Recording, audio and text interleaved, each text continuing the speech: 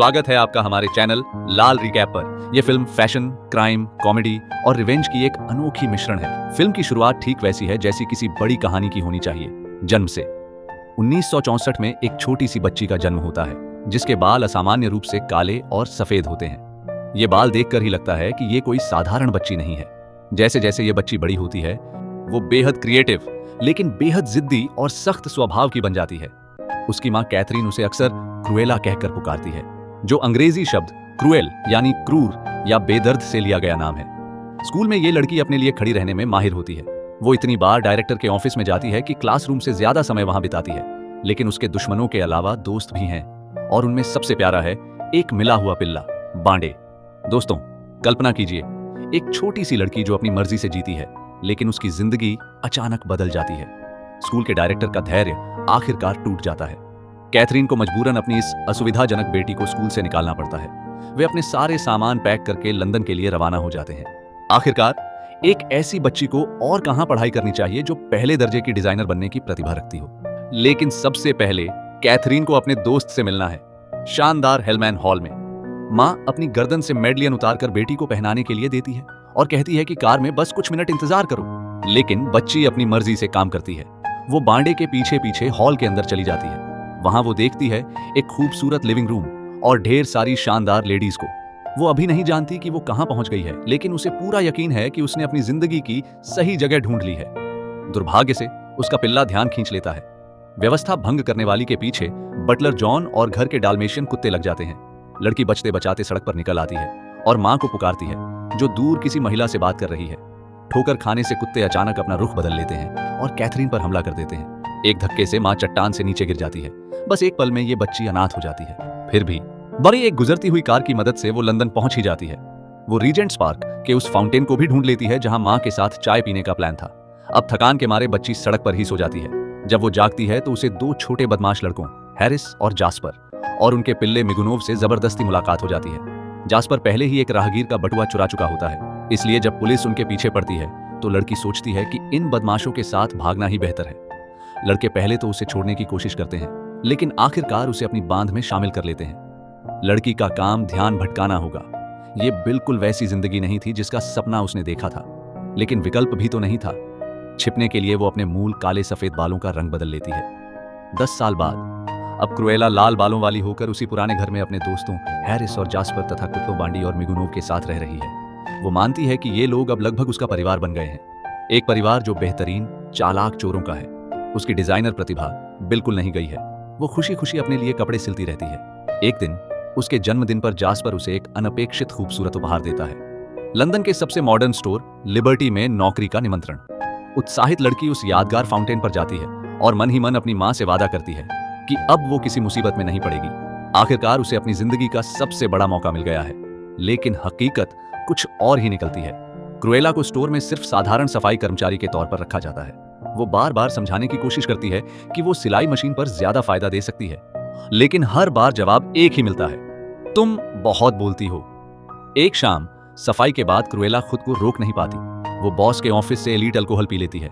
फिर वो विट्रिन में रखे ड्रेस को बेहतर बनाने का फैसला करती है। जब वो जागती है तो खुद उसी विट्रिन में खड़ी होती है।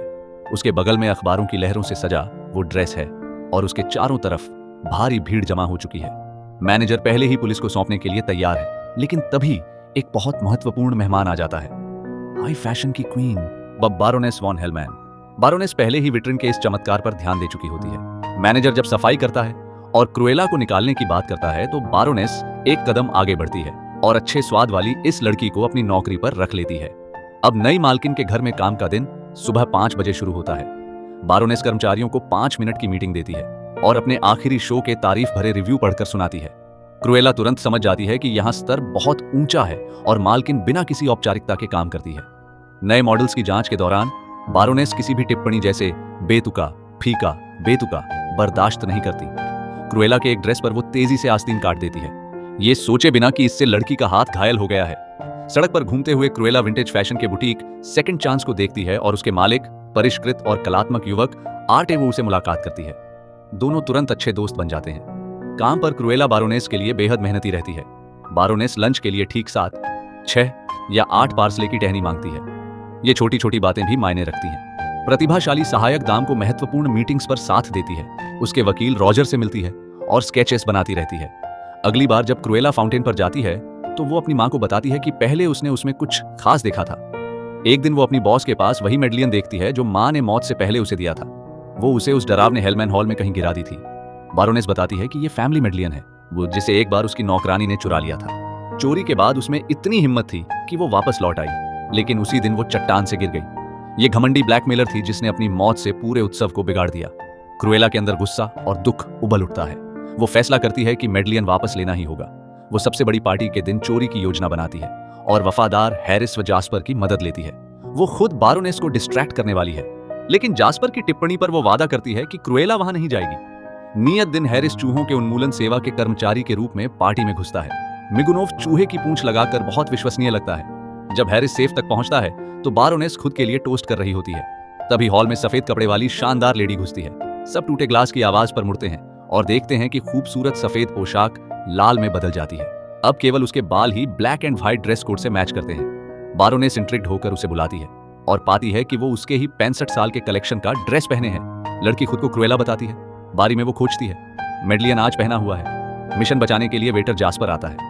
वो चूहों वाले डिश सर्व करके पूरा हंगामा खड़ा कर देता है। क्रुएला मेडलियन चुराती है और बांडे को फेंक देती है। बारोनेस अपनी डाल्मेशियंस को बुलाती, हाँ है तू, चांदी की सीटी का इस्तेमाल करके। लड़की अचानक समझ जाती है कि कुत्तों ने उसकी मां पर हमला क्यों किया था। उन्हें बारोनेस ने ही भड़काया था। इस बीच एक डाल्मेशियन मेडलियन निगल लेता है। क्रुएला अपने दोस्तों के साथ हंगामे में चोरी की कार से भाग निकलती है। अब क्रुएला को स्वीकार करना पड़ता है कि उसकी मां की मौत एक्सीडेंट नहीं थी। इस कहानी में एक असली कातिल है। वो दुख के क्लासिक स्टेजेस से गुजरती है, लेकिन आखिरी स्टेज तक नहीं पहुंचती। वो अपनी खुद की स्टेज रिवेंज पर अटक जाती है। वो ब्रांड को उसके सारे बिजनेस, स्टेटस और इन्फ्लुएंस से वंचित करने की ठान लेती है। इस पॉइंट से जास्पर के अच्छे दोस्त को सिर्फ क्रुएला से ही डील करनी पड़ती है, चाहे वो चाहे या न चाहे। पहले काम में वे उसके आदेश का पालन करते हैं और बारोनेस के 3 डाल्मेशियंस को चुरा लेते हैं। आखिरकार मेडलियन उनमें से किसी एक में मिल जाता है। खुद क्रुएला अपनी पुरानी स्कूल फ्रेंड नेट से मिलती है, जो फैशन मैगजीन में सोशल कॉलमिस्ट है। वो दोस्त से कहती है कि वो अपना खुद का फैशन हाउस शुरू करना चाहती है और उसका काम सबको ये बताना है। इसके अलावा वो आर्टे को काम पर भर्ती करती है, जो कपड़े सिलने में माहिर है, और अपने पुराने घर में असली एटेलियर सेटअप कर देती है। जबकि बारोनेस बिगड़ी हुई पार्टी से परेशान है। क्रुएला जैसे कुछ नहीं हुआ हो वैसे काम पर जाती रहती है। एटेलियर में स्प्रिंग कलेक्शन के लिए ब्रेनस्टॉर्मिंग चल रही है। सीजन की क्लाइमेक्स में अचानक फैशन की क्वीन को नई समस्या का सामना करना पड़ता है। उसका हर पब्लिक अपीयरेंस ट्रायम्फ की बजाय शर्मनाक फेलियर बन जाता है, ये जिसकी पूरी डिटेल पब्लिक को जासूस पत्रकार देती है। सब कुछ उस शापित क्रुएला और उसके प्रोवोकेटिव पंक आउटफिट्स की वजह से है, जो बारोनेस के लग्जरी लुक्स पर क्रॉस लगाते हैं और उसके फियरी परफॉर्मेंस उसकी इन्फ्लुएंशियल इमेज को और कम करते हैं। आखिरकार बारोनेस अपनी कलेक्शन के लिए सिग्नेचर लुक ढूंढ लेती है, यानी क्रुएला के पर्सनल स्टाइल को चुरा लेती है। वो इस उछलती हुई क्रुएला से छुटकारा पाने की गणना भी करती है। बारोनेस सोचती है कि उसका वकील रॉजर उसे वॉन्डलिज्म या हुलिगनिज्म के लिए मुकदमा करेगा, लेकिन फिर मानती है कि कानून उनके पक्ष में नहीं है। कोई उसे सुलह को फोन करने का सुझाव देता है और रॉजर को तुरंत निकाल दिया जाता है। फिर मैडम कैनेटी से मिलकर वो स्पष्ट इशारा करती है कि क्रुएला की मदद उसे बहुत महंगी पड़ेगी। क्रुएला की तरफ वो कलेक्शन का सेंट्रल ड्रेस पूरा करती है, लेकिन ग्लिटर उसके लिए कुरियर के रूप में हॉरस द्वारा डिलीवर किया जाता है। जब लड़की काम खत्म करती है तो साफ है कि ये मॉडल रियल फ्यूरोर मचाएगा। खुश बारोनेस क्रुएला को रेस्टोरेंट में इनवाइट करती है और एक ड्रिंक पर कबूल करती है कि वो क्रुएला से नफरत नहीं करती। वो डेयरिंग और जीनियस है, लेकिन यहाँ या तो क्रुएला होगी या वो, और बेहतर वो। रात में एटेलियर में जास्पर और हॉरस डेमोन्स्ट्रेटिवली घुसते हैं। ऐसा उनका टास्क है। बारोनेस को बस सुबह पता चलना चाहिए कि उसके एटेलियर में कुछ भूल गया है। सुबह स्टेला काम पर आती है और देखती है कि सारे नए ड्रेस सेफ में ले जाए जा रहे हैं। बारोनेस को यकीन है कि क्रुएला ने उसे लूटने की कोशिश की, लेकिन न सिर्फ बारोनेस को समस्या है, जास्पर और हॉरस अब क्रुएला की बेदर्दी से थक चुके हैं और मदद करने का उत्साह कम हो रहा है। हालांकि क्या उसकी अवज्ञा की जा सकती है? वो बारोनेस के डाल्मेशियन भी आराम नहीं कर पाएंगे अगर क्रुएला इजाजत न दे। और वो कैसे करती है? स्प्रिंग कलेक्शन के शो के दिन जब प्रेस अपनी जगह ले चुकी है तो पता चलता है कि सेफ का ताला टूट गया है। कैसे ड्रेस निकालें? आखिरकार बुल्गेरियन ग्राइंडर से खोलते हैं और वहां से हजारों तितलियां निकलती हैं, जो अपने कोकून से निकल चुकी थीं और ग्लिटरिंग से सजी थीं। सारे ड्रेस बर्बाद हो जाते हैं। बारोनेस शायद पहली बार जीवन में अपना चेहरा खो देती है और इमोशंस छुपाती नहीं।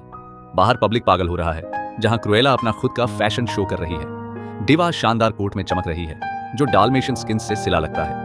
चाहे वैसा हो या नहीं, न्यूज चैनल इस पर चर्चा कर रहे हैं। लेकिन एक बात साफ है फैशन रिवॉल्यूशन हो चुकी है। देर रात क्रुएला घर आती है और दरवाजे पर घोषणा करती है, क्वीन मर गई, लॉन्ग लिव द क्वीन। लेकिन कौन उसके उत्साह में शामिल? हॉरस और जास्पर बंधे हुए हैं। अब बारोनेस परेड कमांड कर रही है। उसकी योजना सरल है। क्रुएला आग में जल जाएगी और उसके हेल्पर्स मर्डर के लिए जेल जाएंगे। कहा गया, किया गया। घर पर पेट्रोल डाला जाता है और बंधी हुई क्रुएला को आग में छोड़ दिया जाता है। उसकी मौत की खबर अखबारों की पहली पेज पर छप जाती है, लेकिन यह खबर समय से पहले थी। क्रुएला एक आरामदायक अपार्टमेंट में होश में आती है। उसके बगल में बटलर जॉन है, जिसने उसे आग से निकाला था। आदमी लड़की को पसंदीदा मेडलियन देता है और उसका सीक्रेट खोलता है। उसमें छोटी सी चाबी छिपी है जो एक बॉक्स खोलती है, जहां जन्म प्रमाण पत्र रखा है। क्रुएला पढ़ती है और जानती है कि वो बारोनेस की असली बेटी है। बारोन के विपरीत उसकी पत्नी बच्चे की देखभाल करने की इच्छा नहीं रखती थी और जॉन को बच्ची से छुटकारा पाने का आदेश दिया था। लेकिन जॉन ने लड़की की जान बचाई और उसे सबसे दयालु नौकरानी कैथरीन के पास सौंप दिया। बारोनेस लंबे समय तक बच्चे की मौत के बाद जीवित रही, लेकिन उसकी असली वारिस बारोनेस नहीं, बल्कि अपनी बेटी है। पुनर्जीवित क्रुएला फिर रीजेंट्स पार्क के फाउंटेन पर जाती है। वो मानती है कि कैथरीन जिस क्रुएला को देखना चाहती थी वो कभी नहीं थी। वो क्रुएला डेयरिंग, जीनियस, ये क्रिमिनल और थोड़ी पागल है। इसी समय बारोनेस को दुखद खबर मिलती है, क्रुएला का शरीर नहीं मिला। हैरिस और जास्पर जेल में बैठकर एस्टेला को याद करते हैं, लेकिन दोस्त पहले ही वहां है। पुलिस स्टेशन तोड़ने के लिए उसके लिए ये एक ट्रिक है। वो चालाक है और मिगुनोव के साथ दोस्तों को बचाने में मदद करती है। उनको मनाना ज्यादा मुश्किल है कि रहें और बदला लेने में मदद करें। लेकिन क्रुएला उससे निपट लेती है जब वो बताती है कि बारोनेस उसकी असली मां है और वो उसे शांति से नहीं छोड़ेगी। देशी हेलमैन हॉल में बारोनेस एक भव्य चैरिटी इवनिंग की तैयारी कर रही है। वहीं क्रुएला रिवेंज लेने की योजना बना रही है। पिछले दिन उसने सुना था कि हॉरस उनकी चोरी की कार पैंथर डीविल से प्रभावित है। ये या डेविल जैसा लड़का गलती से पढ़ता है और नाम नोट करता है। बारोनेस पूरी तरह तैयार है मेहमानों का स्वागत करने के लिए। सिक्योरिटी इंतजार में है, क्रुएला जरूर आएगी और वो आती है। नफरत भरे काले सफेद बाल, गलती। जल्दी पता चलता है कि वो कोई और लेडी है, लेकिन उसके बाद और एक। सभी मेहमान काले सफेद विग और डार्क ड्रेस में हैं, क्रुएला की याद में, और खुद वो भी। अदृश्य रूप से बारोनेस के पास सीटी जाती है। स्टेला में बदलकर लड़की चट्टान पर खड़ी होती है जहां उसकी मां मरी थी और कुत्तों को बुलाती है। बारोनेस बाहर आती है और बेटी से मिलती है। वो पछताती है कि उसने ऐसा खजाना हाथ से निकल जाने दिया और बेटी को परिवार में शामिल करने का इरादा रखती है। क्रुएला खुद को गले लगने देती है, लेकिन धोखेबाज बारोनेस उसे चट्टान से धक्का दे देती है। चूंकि सभी मेहमान उसके पीछे इकट्ठे हैं, उसे ब्रेसलेट की बजाय हैंडकफ पहनने पड़ते हैं। क्रुएला जानती थी कि मम्मी से क्या उम्मीद करनी है, लेकिन चट्टान से गिरना इतना आसान नहीं। वो पैराशूट के साथ है। वो फिर से बाल पर दिखती है, लेकिन अब क्रुएला के रूप में, जिस पर उसने वसीयत ट्रांसफर कर दी थी। बाद में क्रुएला को दफनाया जाता है। एस्टेला मेडेलियन को कब्र पर रखती है। अब वो पूर्ण शक्तिशाली मालकिन हेलमैन हॉल की है, जो अब सरल नाम हेल्पफुल रखती है। वफादार हॉरस, जास्पर, आर्टे, जॉन अभी भी साथ हैं, जैसे बांडी, मिगुनोव और 3 डाल्मेशियन। फैशन रिवॉल्यूशन अभी आगे है।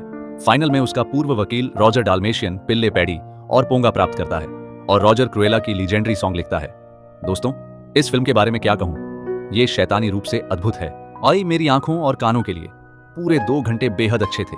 एम्मा स्टोन और थॉम्पसन ने एक दूसरे को बॉल फेंकते हुए आकर्षक तरीके से खेला और दोनों अंत तक खेलने को तैयार थीं। बेहतर तो राइवल थी बजाय अपनी बेदर्द क्रुएला के, जो पागल डॉग लवर निकली। थैंक गॉड, कुत्तों के लिए हम चिंता नहीं कर सके। और कुनेशनो अच्छा लगा कि डिज्नी की हीरोइंस के पैंथियन में ऐसी शैतानी प्यारी एडिशन हुई है। वहां पहले से ही परफेक्ट गर्ल्स की भरमार थी। इस पर मेरे पास बस इतना ही है। धन्यवाद देखने के लिए। लाइक करना न भूलें और चैनल लाल रिकैप को सब्सक्राइब करें। नए रिव्यू में मिलते हैं। Bye bye.